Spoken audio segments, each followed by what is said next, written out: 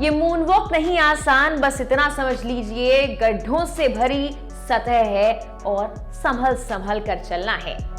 जी हाँ, रोवर अपने सफर पर तो निकल चुका है, लेकिन प्रज्ञान रोवर के सामने चुनौतियां अनेक हैं। ये लाइनें चंद्रयान 3 पर बिल्कुल सटीक बैठती हैं, जिसका रोवर चांद की दक्षिणी ध्रुव पर मून वॉक कर रहा है और इसरो वक्त वक्त पर उसकी तस्वीरें भी जारी कर रहा है। ये तस्वीरें हमें उत्सुकता से भर देती हैं। लेकिन क्या आप जानते हैं कि चंद्रयान 3 के रोवर के सामने सबसे बड़ी और पहली चुनौती आ ही गई, एक बहुत बड़ा गड्ढा। उसके बाद क्या रोवर रुक गया?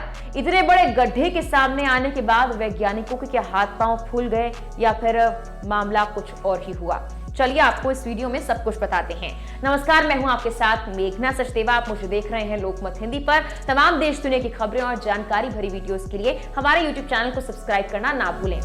चंद्रयान 3 का प्रज्ञान रोवर पहली चुनौती से निपट चुका है। जी हां, उसके सामने चांद की सतह पर 100 mm का क्रेटर यानी गड्ढा आया।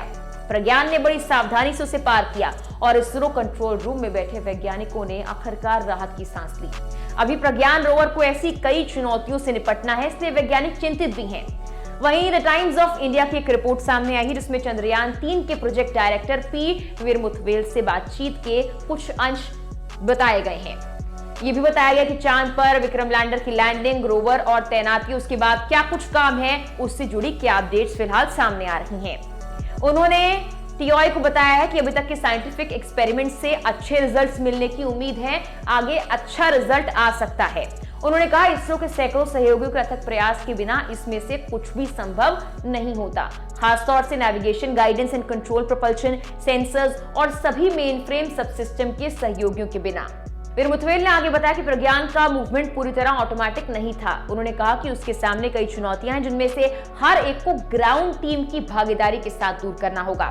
चंद्रयान 3 के प्रोजेक्ट डायरेक्टर ने बताया है कि प्रज्ञान को चांद की सतह पर पॉइंट ए से बी तक मूव कराने में कई स्टेप्स का पालन करना होता है।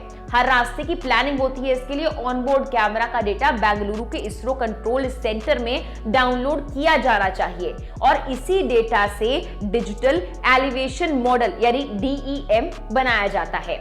फिर ग्राउंड और मैकेनिज्म टीम तय करती है कि कौन सा रास्ता आखिर रोवर लेगा। रोवर को फॉलो करने के लिए कमांड भी यहीं से दी जाती है।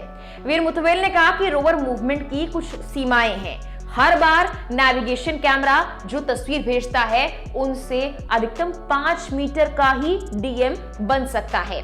इसका ये मतलब है कि जब भी रोवर कोई मूवमेंट करता है या उसे चलने की कमांड दी जाती है, तो वो सिर्फ 5 मीटर तक की ही दूरी तय कर सकता है।